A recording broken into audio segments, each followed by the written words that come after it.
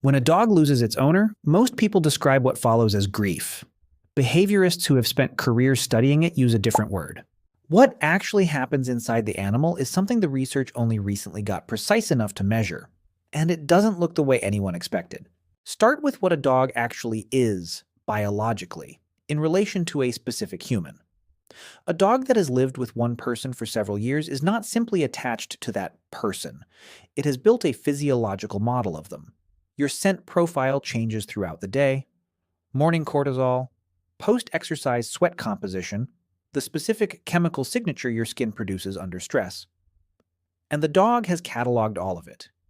It knows your resting heart rate. Studies published in Animal Cognition confirmed dogs detect changes in human cardiac rhythm before the human is consciously aware of them. It knows your schedule at a resolution most humans don't apply to their own days. It has tracked your departures and returns long enough to predict them. The animal has spent years running a continuous background process, and that process has one input: you. This is not loyalty in the sentimental sense. It is biological calibration. The dog's nervous system has organized itself around a specific set of signals: cortisol rhythms, oxytocin release, heart rate, sleep patterns. All of it has been tuned over years to one human's presence. The relationship is not emotional decoration layered over an animal that would otherwise be fine. It is structural. It runs at the level of chemistry. Then the signal stops. What follows is not grief the way the word is commonly used. It is something more precise, and in some ways, more unsettling. Researchers studying companion animal behavior after owner death documented a specific physiological cascade. Cortisol levels in bereaved dogs measured significantly higher than baseline for weeks following the loss. Not mildly elevated, chronically, measurably dysregulated. The stress response system, calibrated over years to a particular human's presence and absence, encounters an absence it has no framework for.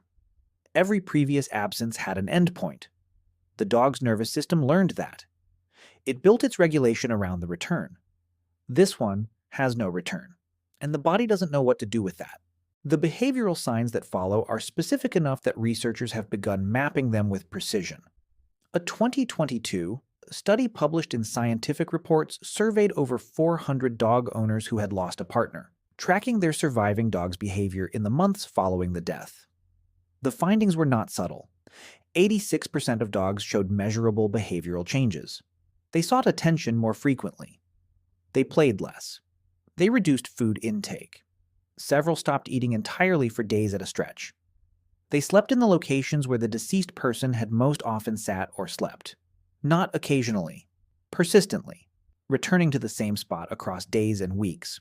Some dogs stopped responding to their own names. The researchers were careful with language. They did not call it grief. They called it a grief-like state, a behavioral syndrome triggered by the disruption of a primary social bond. But the distinction began to feel thinner the deeper the data went. Here is what makes this harder to dismiss than simple behavioral disruption. Dogs have been shown to recognize human faces. They process them in a specific region of the brain, the temporal cortex, in a way that is functionally analogous to human face processing. They hold long-term memories of specific individuals. Studies with dogs separated from owners for extended periods showed elevated oxytocin responses upon reunion that matched the intensity of the original bond regardless of the length of separation. The neurological architecture required to form, hold, and lose a specific attachment to a specific human is not something dogs are missing. They have it. They use it every day. The question of what happens when that attachment loses its object is not a soft question about feelings. It is a hard question about what a brain built around a specific signal does when that signal ends. The answer the research keeps finding is that it keeps looking. Dogs in households where an owner has died have been documented orienting toward the door at the times the deceased person typically returned home, not once, across weeks. The nervous system, trained on years of a specific pattern, runs the pattern anyway. It generates the expectation even when nothing arrives to meet it. Researchers describe this as perseverative behavior, the continuation of a learned response past the point of any reinforcing stimulus. The brain does not simply update. It runs the old program and waits. There is a related finding that sits underneath all of this. Dogs have been documented detecting illness in humans long before clinical diagnosis. Cancer, seizure onset, severe hypoglycemia. They detect it through scent, through subtle behavioral changes, through shifts in the chemical signals a sick body produces.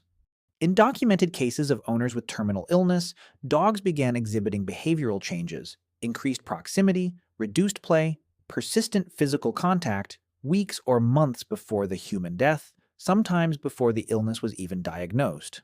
The animal's monitoring system was tracking a change in the signal before the human was aware one was occurring. By the time of the death, some of these dogs had been living in a state of low-level physiological alert for months. The loss, when it arrived, was not a sudden event for the animal. It was the end of a long deterioration the dog had been tracking alone. This is the part the data reaches but cannot fully explain. What is it to be the animal that has been watching someone die without any framework for understanding what dying is, without language for what it is, monitoring, running its detection systems across a signal that is getting quieter, and having no way to name what that means? Some researchers study dog cognition, argue the question of whether dogs experience something like grief is less important than a different question.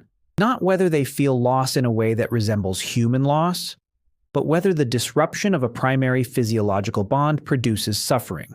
On that question, the data is less ambiguous. Chronically elevated cortisol causes harm.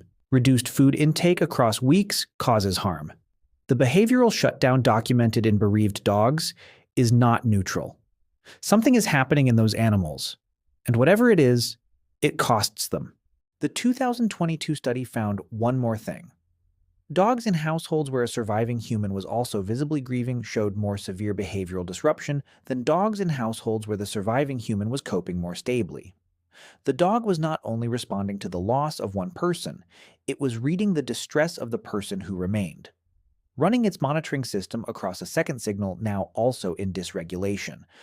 The animal sitting in the middle of a household that has lost someone is not experiencing one disruption, it is experiencing two, and it has no way to know that both have the same cause.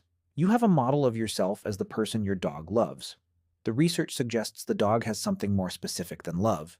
It has a physiological architecture built entirely around your continued existence. Every system calibrated to your presence. Every expectation organized around your return. What actually happens to a dog when its owner dies is that a body built to track one specific human keeps tracking, keeps orienting toward the door, keeps returning to the chair, keeps waiting for a signal it was built to receive, and will not receive again. Whether any of that is accompanied by something that deserves the word grief is a question the research raises precisely and does not answer. The dog is not going to answer it either. So try to understand the silent language of the innocent creatures around you.